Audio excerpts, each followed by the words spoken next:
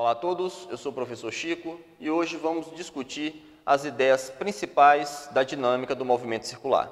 Ou seja, como é que você trabalha com as representações de forças e as resultantes quando um corpo está em movimento circular. Observem bem que, antes de entrar diretamente na dinâmica, é importante nesse momento fazer uma revisão sobre como se comporta a aceleração na circunferência. Ou seja, como é que se comporta a aceleração de um corpo em movimento circular. Em movimento circular, um corpo ele pode ter duas acelerações. Uma aceleração chamada de tangencial, que mede a mudança no valor da velocidade, e esse corpo pode ter também uma aceleração chamada de centrípeta, que mede a mudança na direção da velocidade. A representação dessas acelerações fica assim, ó. Para o corpo em movimento horário nessa circunferência, se houver uma aceleração tangencial, a aceleração tangencial ela é tangente à circunferência. Essa aceleração tangencial ela tem o mesmo módulo da aceleração escalar. Ela vale ΔV sobre ΔT. Essa é a aceleração tangencial. Para esse mesmo movimento, esse corpo tem uma aceleração centrípeta dirigida para o centro da circunferência. Essa aceleração centrípeta, sempre dirigida para o centro da circunferência, é dada, tem seu módulo dado, pegando o valor da velocidade elevando ao quadrado, dividindo por R, onde R é o raio da circunferência. É importante fazer a revisão desses conceitos para que agora a gente entre diretamente na dinâmica do movimento circular. Como assim? Segundo a segunda lei de Newton, se há aceleração, há uma força resultante que gera essa aceleração. A segunda lei de Newton diz que a resultante das forças que atuam em um corpo é igual à massa do corpo vezes a aceleração. Essa é a segunda lei de Newton. Então, pensamos assim, se há uma aceleração tangencial, deve existir uma força resultante tangencial, que gera essa aceleração. Essa resultante tangencial tem de ter a mesma direção da aceleração, ou seja, a resultante tangencial também é tangente à circunferência. E essa resultante tangencial é dada pela segunda lei de Newton. Essa resultante tangencial é a massa do corpo vezes a aceleração tangencial. Da mesma forma que, se há uma aceleração centrípeta, deve existir uma resultante que gera essa aceleração.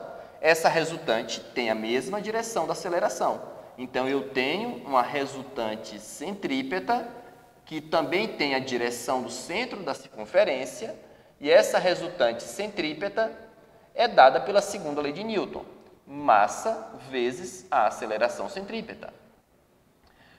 Queremos concentrar nossos esforços hoje em interpretar melhor essa resultante centrípeta. Primeiramente, centrípeta não é uma força, é uma resultante. Durante toda a aula de hoje eu tenho feito referência à centrípeta como sendo uma resultante. Ou seja, em nenhum momento, em nenhum exemplo de um movimento circular, você deve representar no corpo uma força e chamá-la de centrípeta. Centrípeta não é uma força que deva ser representada, que deve ser representada. Centrípeta é a resultante das forças na direção do centro da circunferência. Então, você deve, ao pegar um movimento onde eu tenho uma dinâmica no movimento circular, o primeiro passo é representar as forças no corpo. Em nenhum momento eu vou representar uma força e chamar de centrípeta. Centrípeta não é uma força, ela é a resultante na direção do centro. E observem bem que essa resultante centrípeta, se eu for escrever a sua expressão matemática de uma forma mais direta, ela fica a massa vezes a aceleração centrípeta, que vale V² sobre R. Essa é a expressão matemática para a resultante centrípeta. É bom lembrar que quando você está trabalhando na circunferência, eu posso trabalhar com a velocidade escalar, como aqui colocado, mas também eu posso trabalhar com a velocidade angular. Ou seja, um corpo que está em movimento circular, eu posso pensar tanto na velocidade escalar quanto na velocidade angular. Devemos lembrar que é importante que a relação entre essas duas velocidades é que a velocidade escalar é a angular vezes o raio.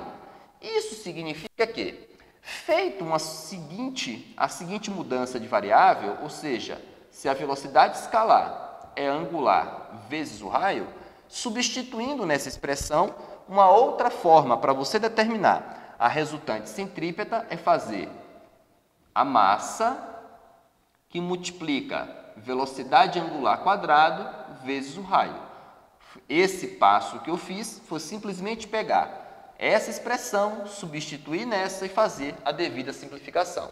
Então, que fique claro para todos, a informação mais importante dessa aula é: eu tenho de saber calcular a resultante centrípeta?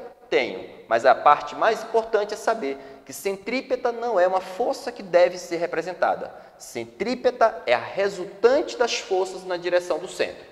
Cabe a vocês partirem para os exercícios para fazer uso dessa afirmativa. Muito obrigado a todos e até a próxima aula.